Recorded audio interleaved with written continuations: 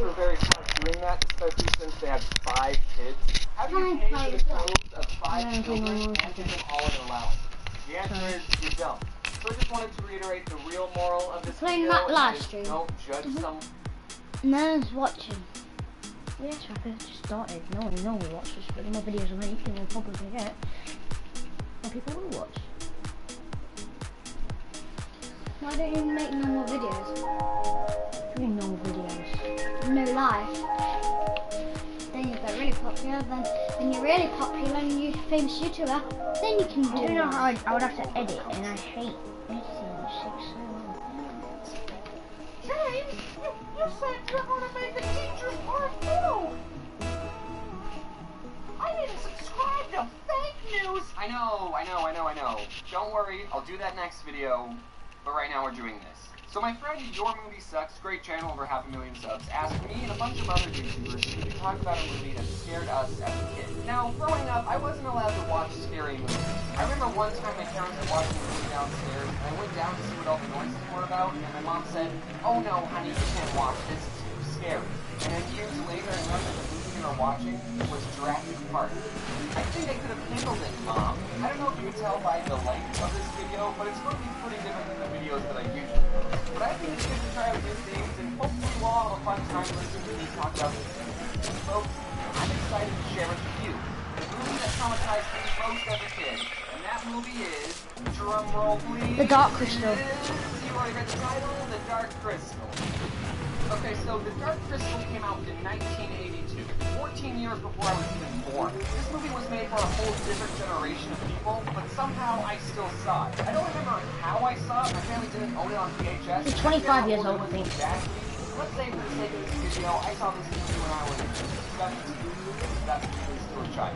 This movie was directed by Frank Oz and Jim Henson. Jim Henson is the creator of, I don't know if you've heard of this, but The Muppets.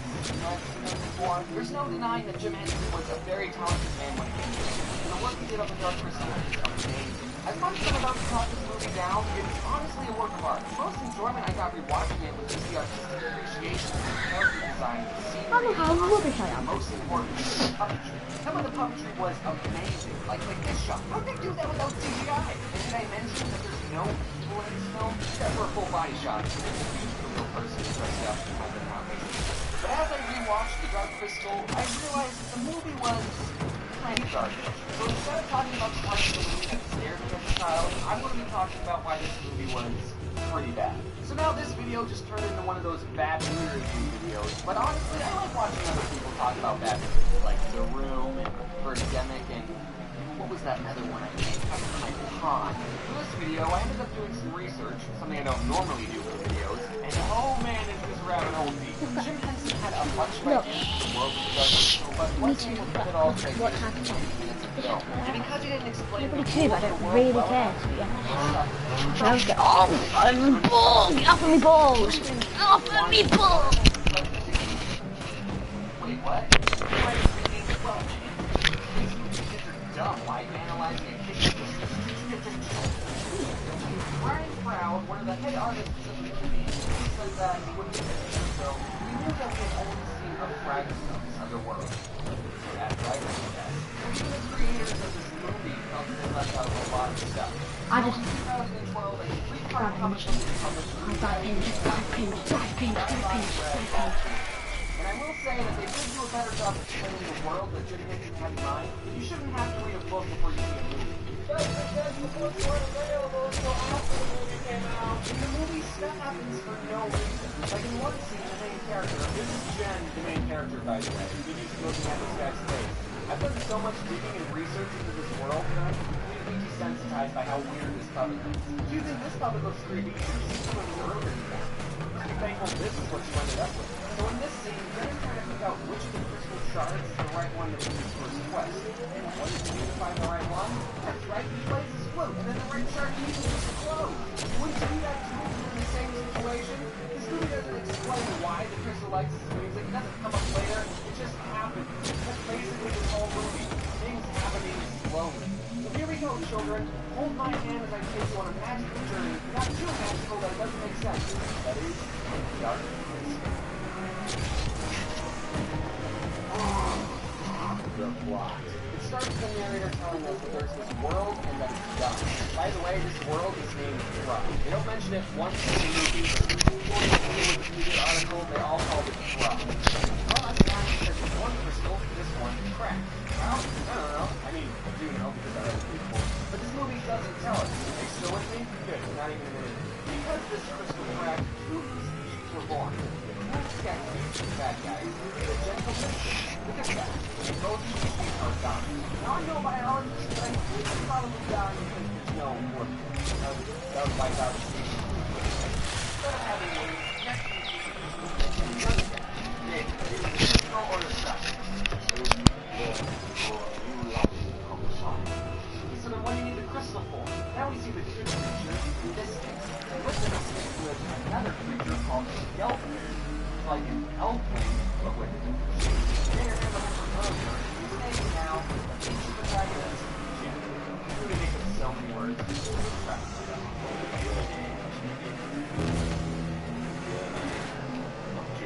Okay, that's a little pretentious movie. Right, let's just tone it down a little. Then we see that the Emperor Skeksis is dying. Oh no. Then we get the Skeksis series that we the whole movie. Yeah, we're not even 15 minutes in and we're at the top of David Knight.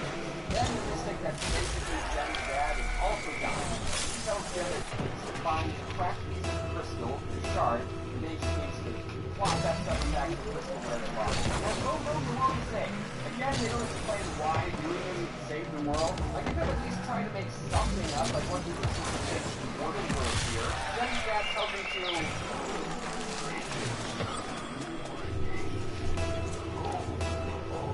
Now I know astronomers, but I think following the sun for a day is going in circles. What am I supposed to do when it's noon? Now the Skeksis, they're like, oh well, dang it, guys, who's supposed to be our new emperor? This Skeksis named Chamberlain is trying to make my king, who is my second favorite character in this whole movie. Thinks that he should be emperor.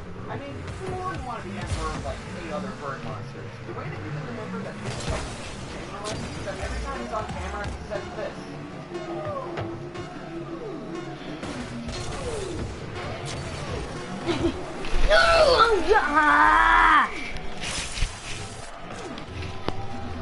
Freaking done. You can't be emperor. Oh yeah? Fighting for it.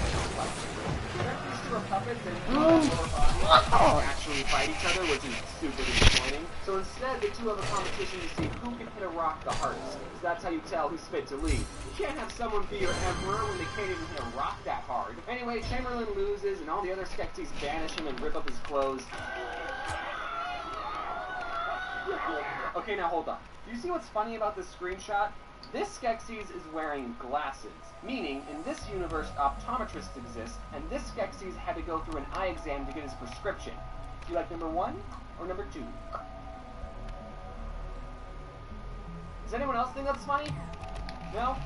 Alright. Anyway, after the Skeksis banish Chamberlain, they see in the crystal that there's this Gelfling walking around. Man, I didn't know the crystal could sniff like that. So they sent out these crab monsters to get him. And by the way, those crab monsters are called Garthams, and they were created by this handsome Skeksis. You'd know that if you read the Wikipedia article. Anyway, back to Jen. What's he up to? I'm not ready to go alone.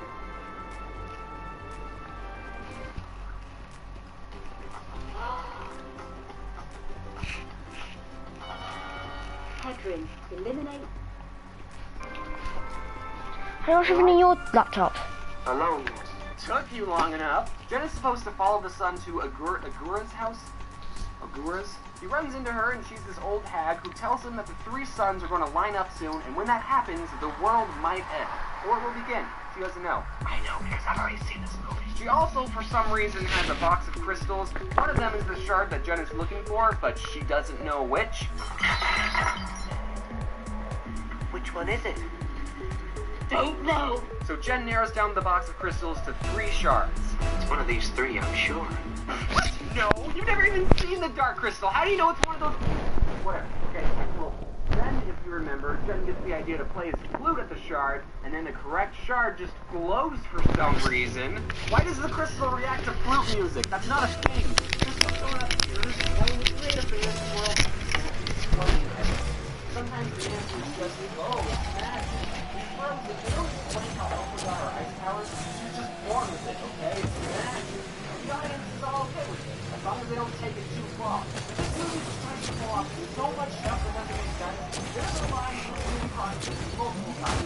There's a crab equals at your Dora's house, then escapes from the shark. Boom, next day. Okay, I know we're talking bad about this movie, but the amount of detail in this horse scene is pretty amazing. I mean, it's not really anything to press forward. Let's just take a look at it. Anyway, back to review mode. Jen falls in the mud like an idiot, and then he ends up with a... Oh, there's that. Take a drop! Take a drop! So there's a girl gelfling now. Her name is Kira. I'll take a potato chip.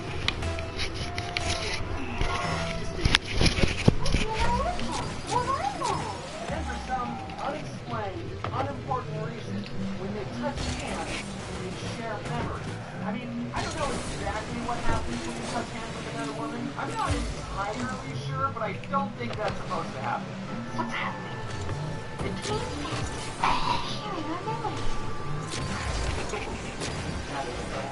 Okay, great thing.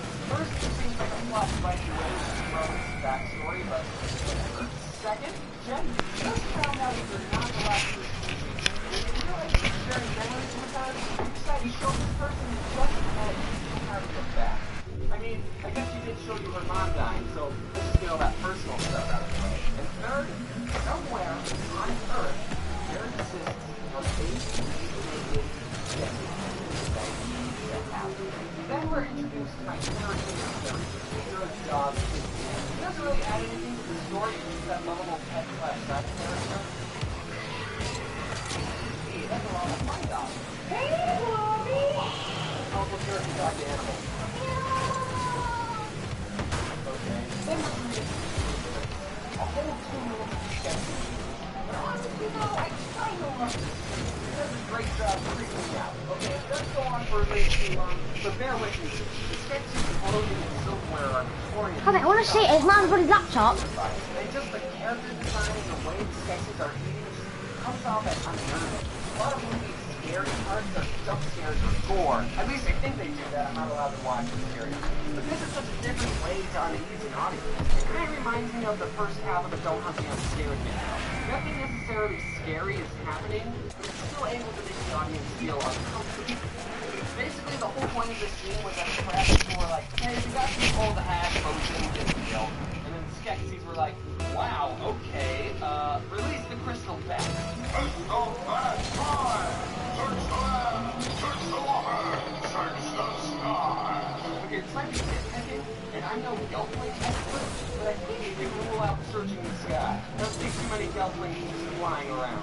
So one of the vets finds Jen and Kira. They go back to Kira's village. Jen doesn't even know where he's supposed to take the shard. His dad never told him what to do after he got the shard. He tells Kira about his quest and what Aldura told him. You know that when you search the sky, they're going to come to get us. It's called the great something. Even Jen doesn't remember these native names. It really would have been convenient if you told her this information when you were sharing with them. Then the crab monsters show up and basically murder and capture the whole family. Yeah, it was pretty traumatizing. And right when the crab monsters are about to attack Jen and Kira, Chamberlain comes out of nowhere. Remember the big guy? Steps in between them and stops the attack, and Kira and Jen escape because Chamberlain saves them. Oh, and then Jen throws away the shard.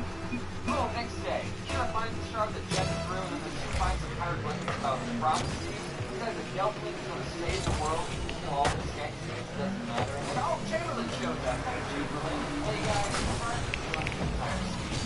Didn't want a prophecy to come to fruition. You understand, right? So once we all go to the castle together, we can use the rooms, have a gay old time, and talk to something. And then he says, please, a lot.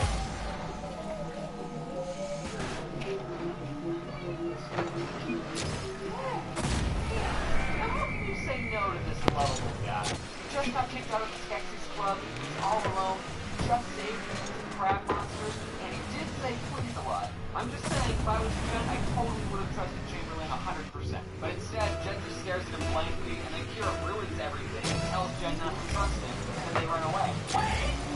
Please make me! That might have been the right call. So then, for some reason, Kira knows where the castle is, because she's caught the animals and called up these things called Land Striders. Just the person walking on horse hill. They ride Land Striders all the way to the castle. I have a lot of problems with this next. So one of the Skeksis takes a podling that he just captured, locks it in a chair, and tells the podling to put a second essence away and make it display.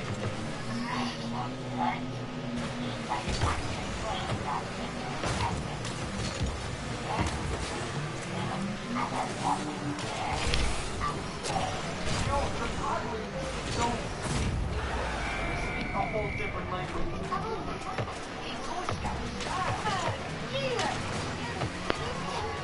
Skeksis is just talking gibberish to this guy. Just locked in, and you're like, what's going on? Like, none of what you're saying is going through this guy's head. And so only the Emperor can drink the essence, and that will make him stay young forever. So, what do you need the sun for? And also, what killed the last Skeksis? Looks like old age to me. Yeah, that's cool and all, but we get the most terrifying scene in the whole movie. That's right, this is the winner. You gave me the most nightmare scene. You win $1 million. Congratulations, scene. I can go on for hours about how this cartoon is a nightmare, but honestly, it speaks for itself. I think what made it worse is that the puppet was tied down to the chair, and he was just so helpless, his whole face melted off. But now that I'm older, all I can think is, what do you guys need slaves for? So far, the only thing slaves have done was pull on a rope to make some swords appear out of the ground, and bring you guys to play a food. Why is there such a high demand for slaves that you need to make new ones? What do you guys even do all day? As you're in Jen around the castle, they see the crab people singing in the pod people within their village. They try and save the podlings, but completely fail. The Lance Riders die immediately. Jen and Kira open the cage at the podling room, and they sit in the corner, and what do Green. you ask? Well, isn't it obvious? We're going to jump and slowly float down to safety because Kira has wings. That never came up in the memory sharing bit. So I guess when the Skeksis told the crystal bats to search for Delphines in the sky, they weren't that far off. Hey Kira, sorry you left the whole family back here. Totally didn't save them like at all. Probably going to get turned into slaves now. Okay, we're almost done, everyone. We're getting to climax now. Jen and Kira sneak into the castle. Chamberlain's there. He basically murders Jen. Says he captured a Delphin and he's not an outcast anymore. You guys should have just went with him the first time. Touching Lance Riders is dead. Kira goes into the slave room, and as a kid, I was already so traumatized the first time seeing a podling get turned into a slave, and now seeing Kira getting her essence taken away, I lost my mind. Oh shoot! Kira's getting turned into a slave! Luckily, remember the old hag Agura? She's like, yo, you can talk to animals, just ask them to help you. Oh, okay. She breaks free, and the animals push the Skeksis that was in the room down this pit, and that kills him. Leading up to this point, it's hinted that the Skeksis and the Mystics are, like, connected. When something happens to a Skeksis, there's a Mystic counterpart that experiences the same thing. So when this Skeksis died, there was a Mystic just walking around that just... and none of the other Mystics react. Yeah, then we see that the Mystics can control the crab monsters. I'm guessing it's because they're connected to the Skeksis, who also can control the crab monsters. So having a Mystic to go with Jen on his journey in the first place would have been super helpful back when Kira's village was getting raided. Alright, let's just wrap this up. This gig dies, Jen's not really dead, he finds the Dark Crystal, he jumps to it and then drops the shard. Kira has to throw the shard back to Jen, but while she's doing that she gets murdered. I said spoiler warning, right? And then Jen plops that sucker back into the crystal. The castle crumbles around everyone and the world is saved. But first, the Skeksis and the Mystics walk into each other because they're connected, remember? They become one again, and are you ready for this? They walk into each other, and they turn into tree aliens. I'm not even joking. According to the prequels, these things are actually aliens. This is what the whole movie has been building up to. The bad guys are just one half of a schizophrenic alien tree person, and if you read the prequels, you know that. Is this supposed to be a plot twist? Because to me, it just seems like a plot doing whatever it wants. So much weird, unexplained stuff has already happened in this movie, so at this point, I don't even care. By the way, Kira and Lucia don't actually die. It's a movie after all. The world is saved, even though it's only like 3 people in that. The end. That was the movie. Want to know something funny? I've already used more words in this video than there were words in the entire movie. Also, I need to ask, Jen was supposedly the chosen one. This time, again, is the chosen one. But I would make the argument that Kira should have been the chosen one. Let me go down my list. She saved Jen from the mud. She smacked the crystal bat out of the sky. The crab monster attacked. She had to tell Jen to run. She found the shard on the ground after Jen threw it. She tells Jen not to trust Chamberlain. She knew where the castle was and that the Lance Riders would keep them there. She used her wings to float Jen down to safety. She was able to get out of being turned into a slave by herself, and she threw the shard back to Jen after his butterfingers dropped it. How did she get rewarded? By getting stabbed. All Jen did was play a spoon out of magic rock. This guy's stupid. Who chose Jen to be the chosen one? Bad choice. Now, Now, I've said who my second and third favorite character in this movie is, but who's my favorite character? There's only like 3 other characters to choose from, so well, ladies and gentlemen, my favorite character isn't in this movie. My favorite character of the Dark Crystal universe is Raven, Agura's son. Okay, I know I just finished the movie, but let me talk about the conflict. Remember Agura, the old lady? Well, it turns out she's an immortal being that's been around since the creation of this world. Alright, and one day, a meteor hits the planet, she, like anyone else would do, gives life to it. Now, pops Raven. He's basically the main character of the prequel books, and is also technically an alien. I like him because he's the only one who questions what's going on. He asks the same questions I'm asking. So he's my favorite, he's the only character I ever wanted to cosplay. If they ever make prequels to a movie, I call dibs on playing Raven. That's how it works. I call dibs on playing this character. I just show up to auditions and I'm like, I actually called dibs, so... Also, in the second book, Agura and her son are having a moment, and Raven says, "Will you never try it? For all the harm I caused, I will never forget you, child." Wow, didn't really seem to remember him in the movie. Also, if there's any producers watching, that was my audition just now. Like Raven. Would I recommend you watch The Dark Crystal?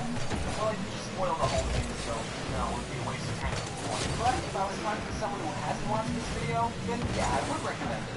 Even with all of its flaws, I still think it's a creative film. I don't know, maybe it'd be fun to talk about it after. Maybe I was desensitized doing all this research, but I also enjoyed the prequel comic books. After all, my favorite characters. There's also a manga that was made, Legends of the Dark Crystal, and it's supposed to take place between these books and the movie. So these books don't even bridge the gap between the start. It leaves still on a cliffhanger. These books still leave on a cliffhanger. Speaking of manga, there were plans to make a sequel to The Dark Crystal, another movie, but the film ended up getting canceled. But a 12-part comic series is being produced by Boom Studios, and it's not even completed yet. They're only on like the second install. This is recent, you guys, and now is a great time to get into The Dark Crystal again. Like I said, I think The Dark Crystal is a creative story. Jim Henson ripped it off one issue making this movie. But seeing how many comics have been made to tell the story, maybe The Dark Crystal was told better than the comics, and not the limitations of comics in the 80s. Anyway, that's just what I thought about that. If you're hearing this, that means you made it. This video, as of right now, is the longest video on this channel. I hope I was able to keep you entertained for some.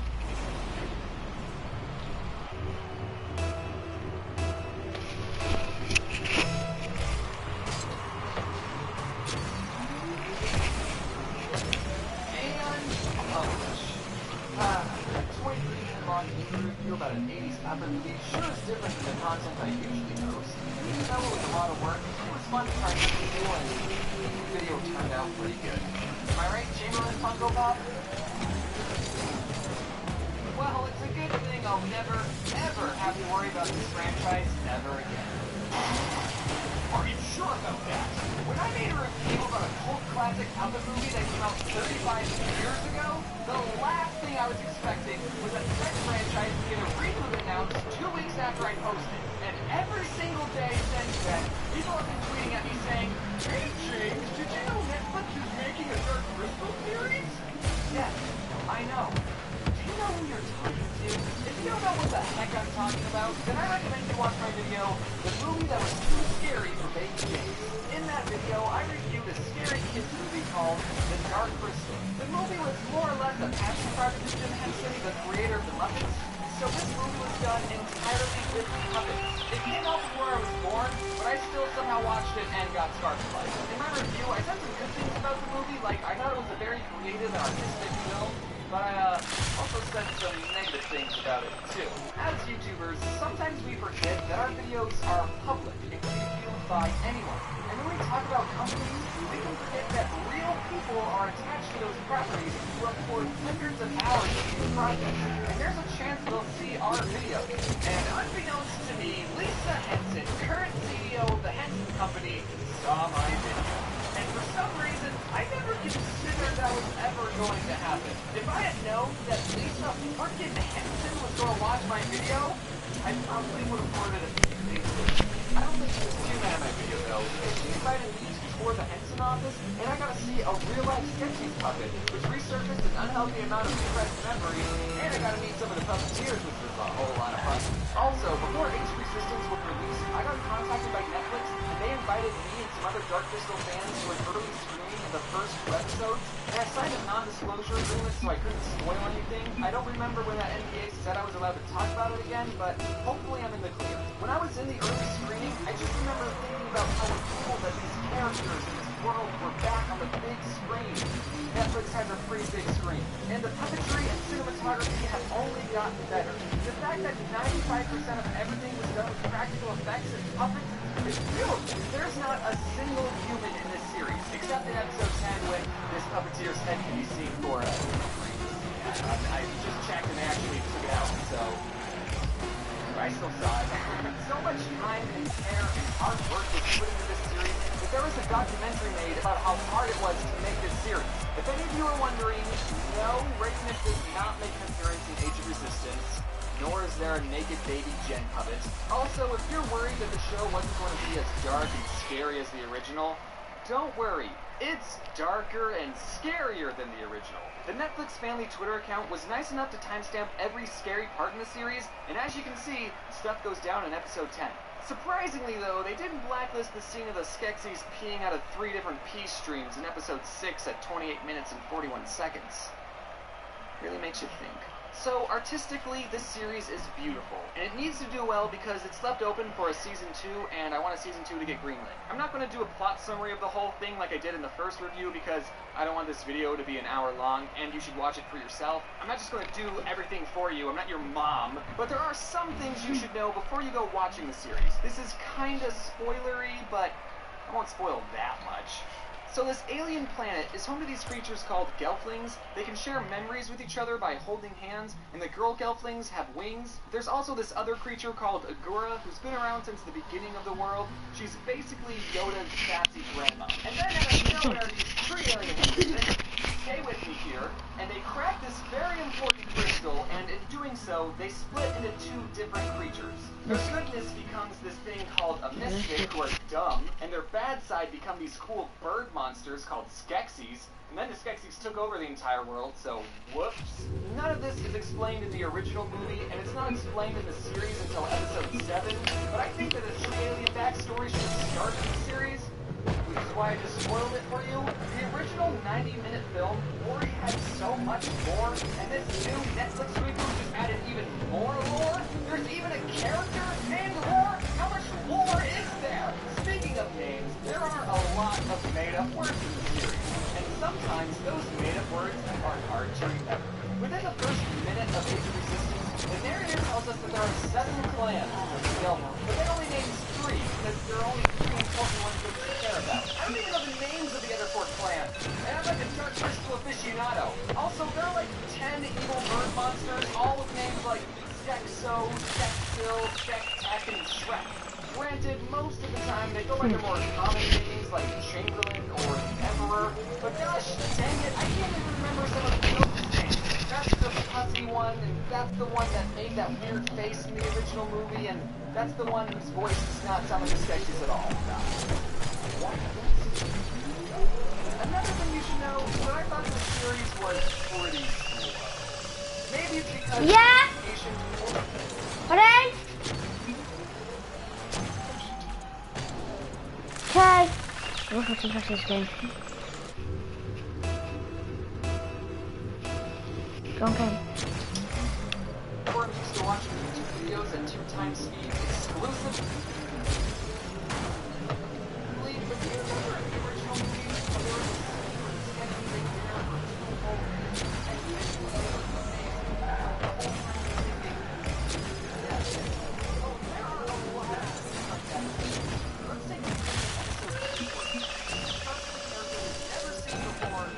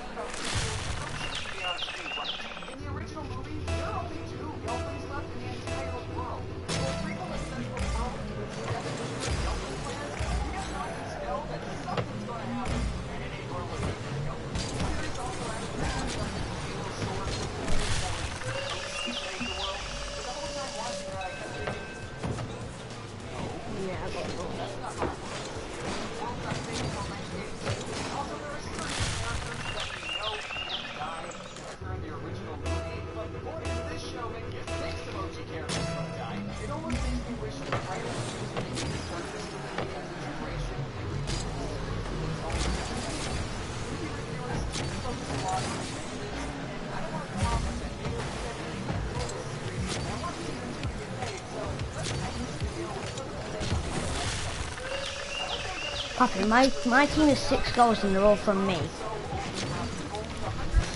was just on a whole new level of cool. All these sketches never came across as threatening. Like look how slow they walk. I could beat them up. But the Hunter Skeksis, oh man, he was awesome. Do you think he'll be my friend? I like that the series didn't tone down the darkness, and if anything, they amplified it. Because everyone like me should have tasted it. Pardon? Yeah, do it in 2 minutes and 58 seconds.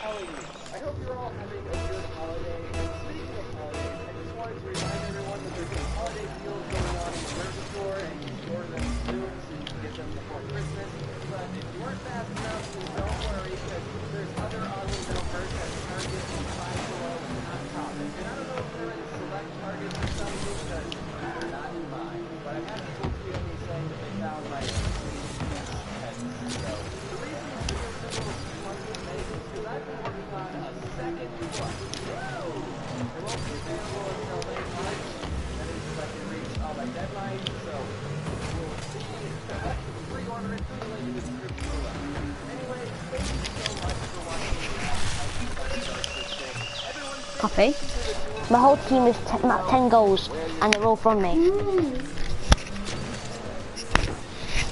Are they real people? Yeah. No, they aren't. Bots, aren't they? They're not.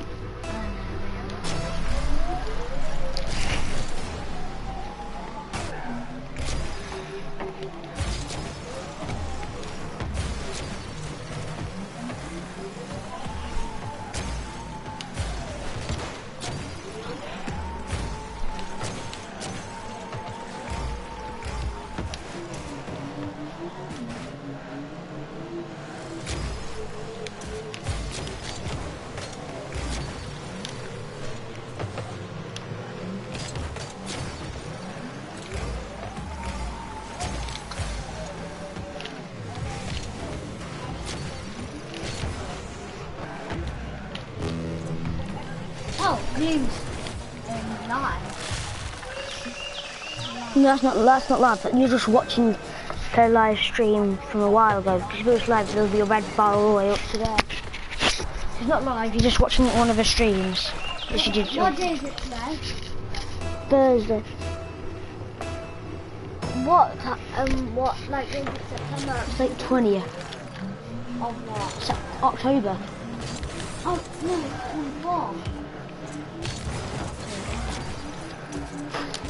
Lovely. Yeah, this is just from my Oh. 24. Papa, did you know my whole team has 12 goals and they're all from me?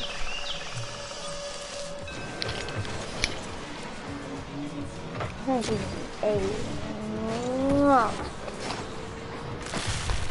Up XP. That's not me. I'm gonna do it in. That's your old one.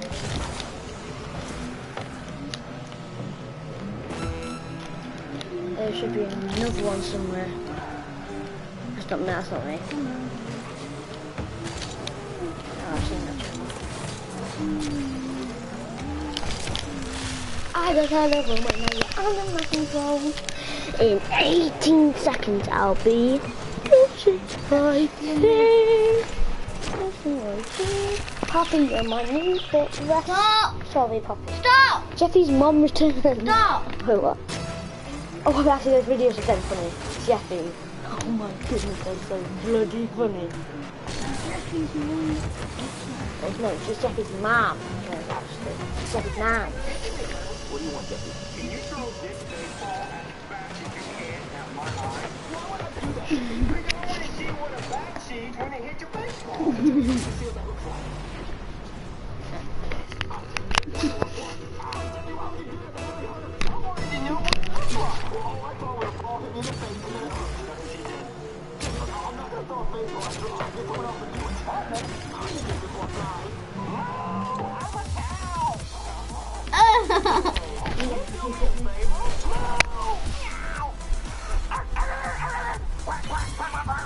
Please, no! Okay, you win, Mr. Hippo. I was supposed to be a donkey. Oh, okay. Anyway, can you do me a favor and throw this baseball as fast as you can at my eye? Sure, I love throwing.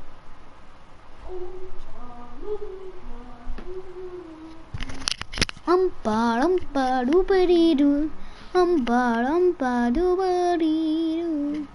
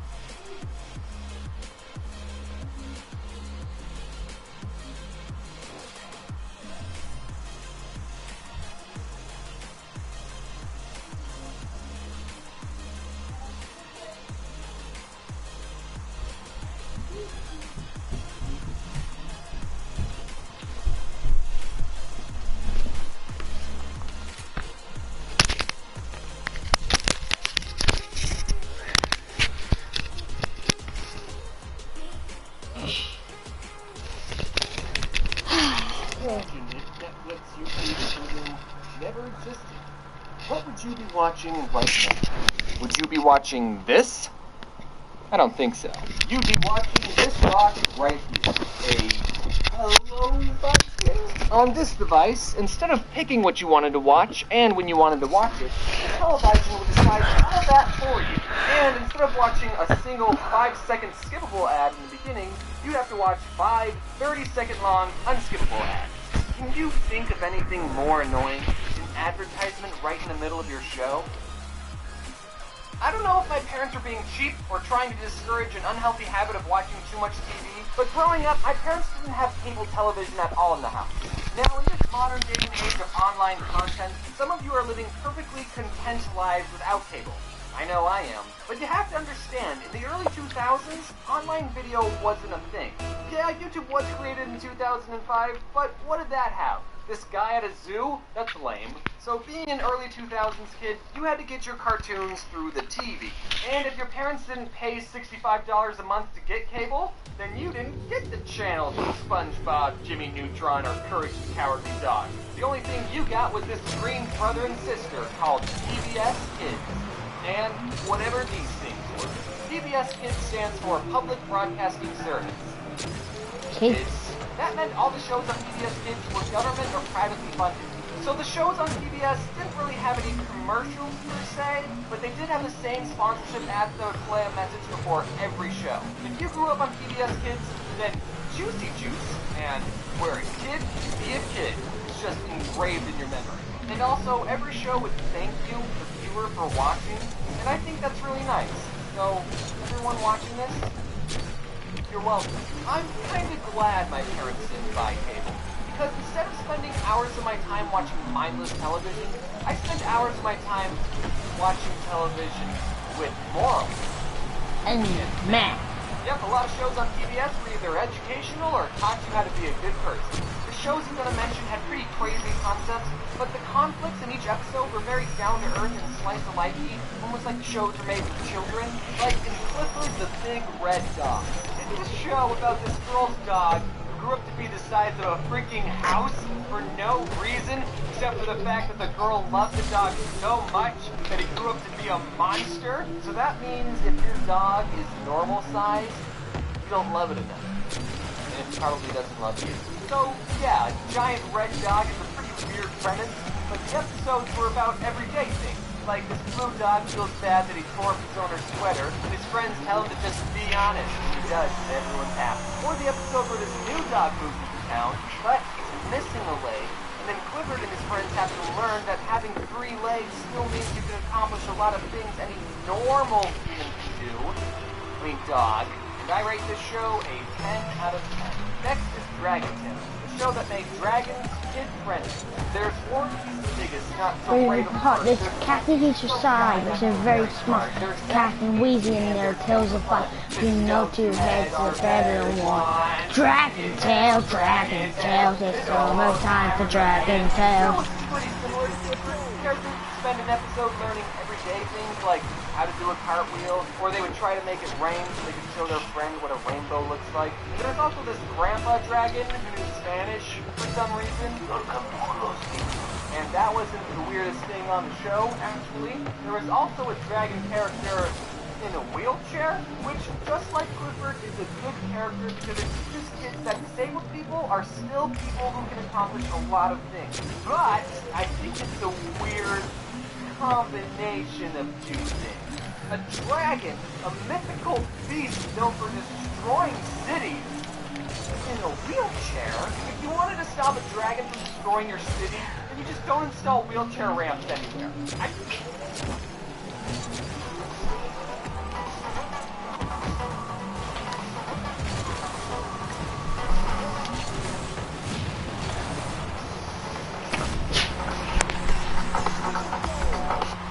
I should stop talking. I rate the show a 10 out of 10. Now let's talk about Arthur. Here's some fun trivia. Arthur is supposed to be an aardvark. Personally, I don't see it. Basically, it was a show about Arthur and his other furry friends learning lessons but Arthur tended to tackle more serious subjects than the other two shows. Like, they have episodes where CW hears her parents get in a fight and she worries about them getting a divorce, or the episode where Arthur Falcon punches his little sister, and even having to deal with someone you know getting cancer. What? Cancer? The character gets treatment and lives, by the way, because it's a kid's show. 10 out of 10. Next, let's talk about my favorite show on PBS Kids, Cyber Chase. Cyber Chase, we're moving, we're beating hacks, Friday, bang, bang. This show didn't teach kids morals or how to properly treat the disabled. It taught them something far more important. Math.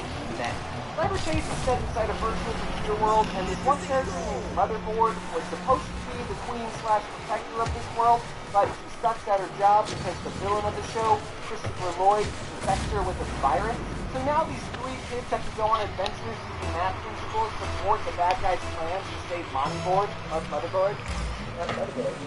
Money. You need to save Motherboard.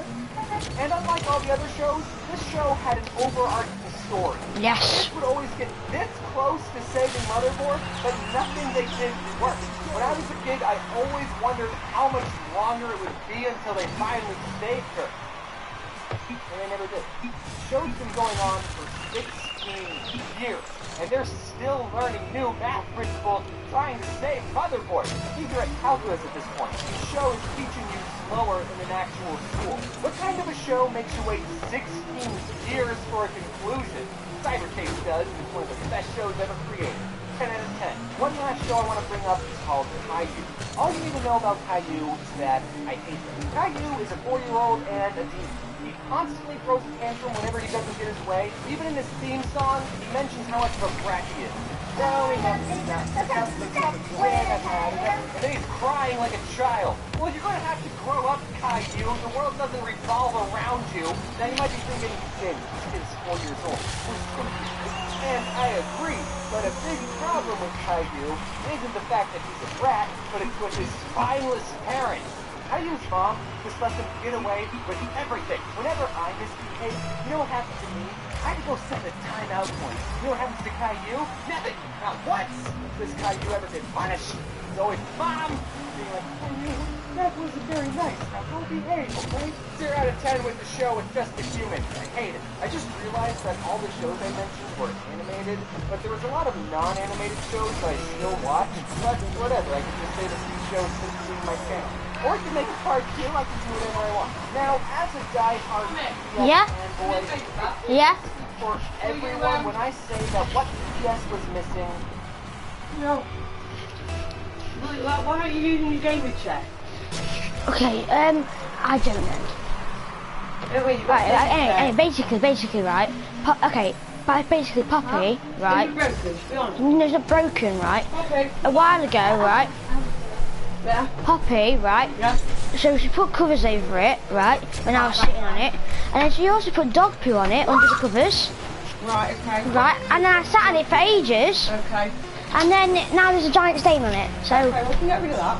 yeah, it's a bit annoying. And you can put something on top of it for now. Listen. Okay. There's all this stuff and doesn't need to be here. You know what I'm saying? Yep. Tommy, go down and get my... Who put food on it? I just put it in. Go down and get my charger, please. 1 second. I'll be 5 seconds actually. No, thank you. No, then go. I'm literally actually too tired. I'm literally now right tired. Like that.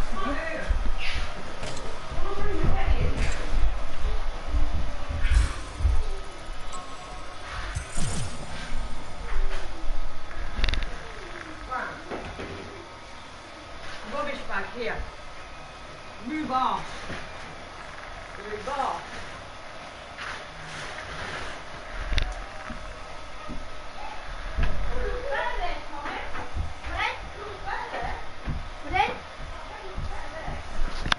Yeah.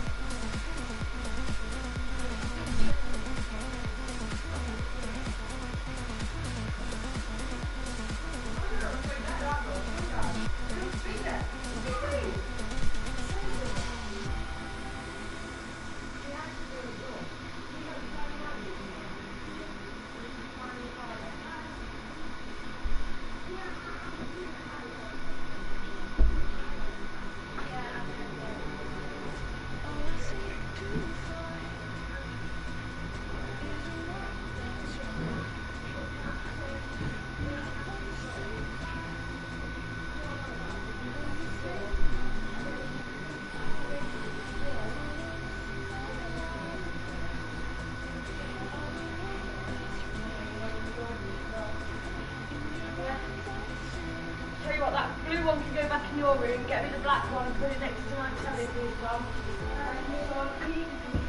I'll be back in your room, thank you. That one, put that in your room. Have you got the light on? I've got the stuff. Billy! Alright guys, let's not go for that. Let's not for that.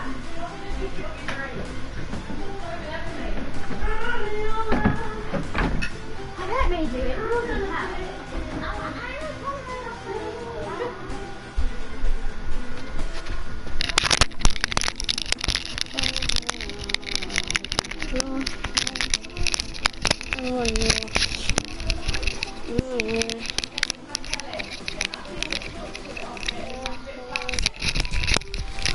Yeah. You open this before, then Darcy can have some clothes in there. It's Billy! You can start putting some of the new Barbies in there. Yeah? Yeah. You're gonna get those Barbies upstairs.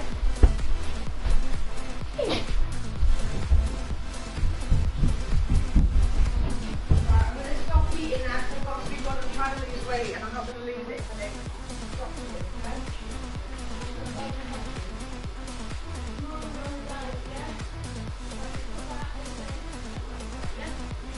That's Tommy's jacket, so I don't want that.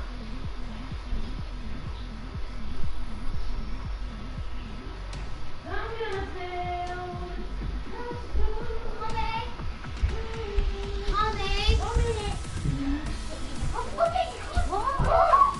Alright, enough now.